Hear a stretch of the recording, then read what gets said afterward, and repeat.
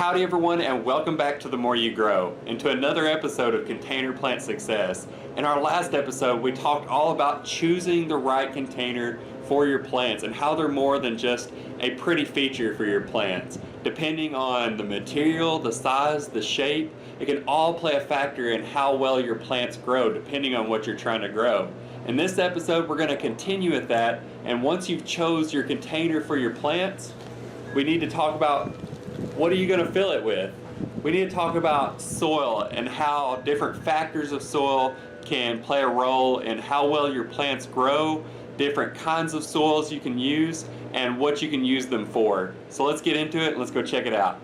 One of the recurring themes you're going to hear in this series is it's all going to depend on what you're trying to grow. Different plants are going to have different requirements, and you need to know those before you make a decision on many of the factors in this series, including your container and mostly your soil, because there's some plants out there that are not picky at all. They really don't care what they grow in as long as they get enough nutrients to perform everything they need to. But then there's other plants out there that are extremely picky and sensitive to the soils that you use. So whatever you're trying to grow, I suggest for you to go online, do a little bit of research on what it requires as far as soil and other factors before you make a decision. Once you've done a little bit of research online or in books on the requirements of the plants you're trying to grow, that's when you can make a decision on what soil is going to work best for your plants. And since I don't know what you're all trying to grow and there's a lot of different factors involved, I'm just going to talk on general terms on factors I look for in the soil I choose for my plants. First thing I always look for is a soil that's going to be well draining, because if you have a lot of excess water around your roots, you're going to run into problems such as diseases and root rot, and you just want to have a soil that's going to allow that excess water to drain out but still remain moist for your plants. And that's going to be one of the biggest factors that can play to the success of your plants, is how much water does it need and what are the factors in the soil that's going to allow that water to drain out. And that's going to be a whole episode that I'm going to talk about, is the water requirements of your plants, because that's going to be one of the biggest factors I run into as far as problems that people run into with their container plants. The next factor I look for in choosing a soil for my container plants is what kind of nutrients does it contain, and do I need to add any additional nutrients to meet the requirements of my plants. I'm going to do a whole episode on nutrients for your plants, fertilizers, and identifying nutrient deficiencies in plants. But in this episode, we're just going to strictly focus on how to choose the right soil for your plants. So once I've done my research on what I'm trying to grow and what kind of nutrients it requires, I will go to the store and look at the different mixes that they have usually. If I'm not making my own, I'll usually go buy a commercial mix, and I will look at the bag and look at the nutrients it contains. Depending on what I'm trying to grow, I'm looking at the ratios of nitrogen, phosphorus, and potassium, because each of those nutrients are going to focus on a different part of the growth of your plants. So if I'm trying to grow an ivy, I'm going to look at the nitrogen because we're looking at green growth. If I'm growing something that is looking at the fruit or flowers of the plants, I'll look at the phosphorus and potassium. And while all those nutrients are important, I want to look at the levels of each one and look for the ratios that's going to match the needs of my plants. Another factor that's important when choosing a soil for your container plants is pH. pH is important because it determines what nutrients are going to be available to that plant in that soil. You might have added all the nutrients your plant can need, but if the pH is off, it's not going to be able to access some of those. Your pH scale goes from 1 to 10, with 1 being the most acidic and 10 being the most alkaline or most basic.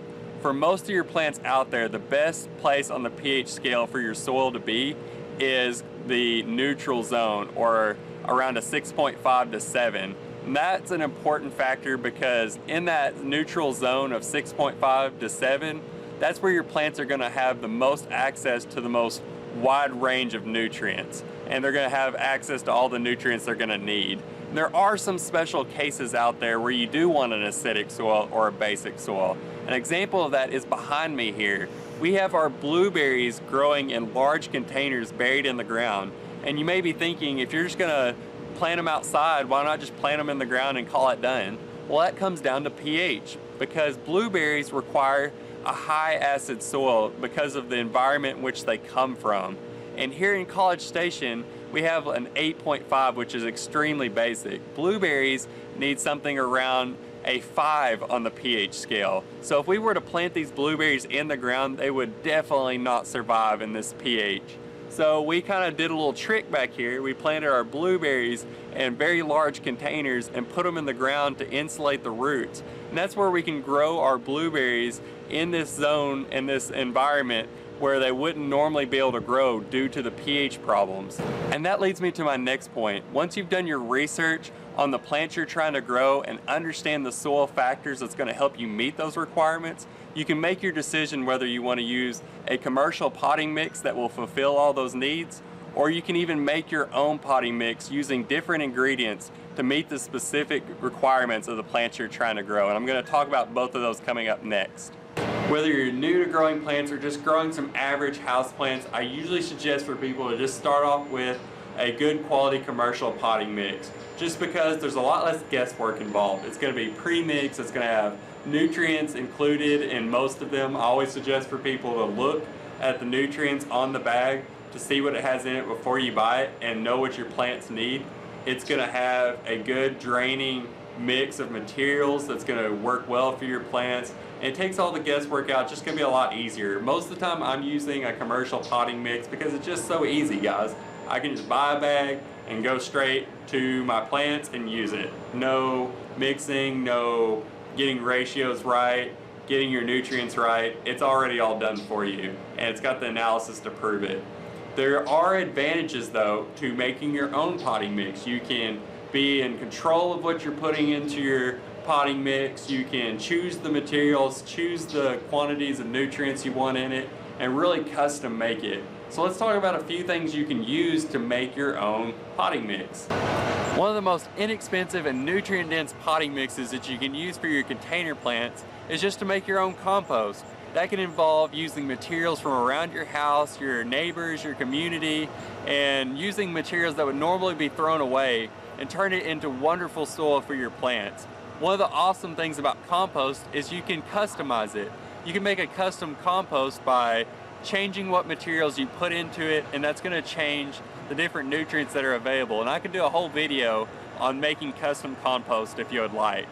So if you're looking for a way to make your own potting mix and do it on the cheap, the best way to go is just make your own compost. There's so many materials out there that you can make your own potting mix from, such as composted pine bark and peat moss. Those are great options for your acid-loving plants such as blueberries. I wouldn't necessarily recommend a whole lot of that for your neutral to alkaline-loving plants just because it is such high acid material. You have mushroom compost, you name it. There's so many different materials out there, and I highly encourage you to do your research on the different materials and what they're going to do for your plants, because you're going to see websites out there that claim to have the world's best potting mix recipe or the world's best potting mix, whatever. You're going to hear a lot of that. And I say that, yes, that might work well, but you might be able to find something that works just as well, or you might be able to find something that works better. So just doing your research is going to help a lot with that. And in the end, I say whatever works best for you, what's available to you, and what works best for your plants is going to be what's going to be the perfect potting mix for you. So if you like this video, be sure to hit that like button. If you have any more questions for me about choosing a potting mix or making a potting mix, leave that down in the comments. If you haven't done so yet, be sure to subscribe to the channel. Go check us out on Facebook and Instagram, and be sure to hit that bell icon for notifications. And until next time, I hope you'll join me right here on The More You Grow.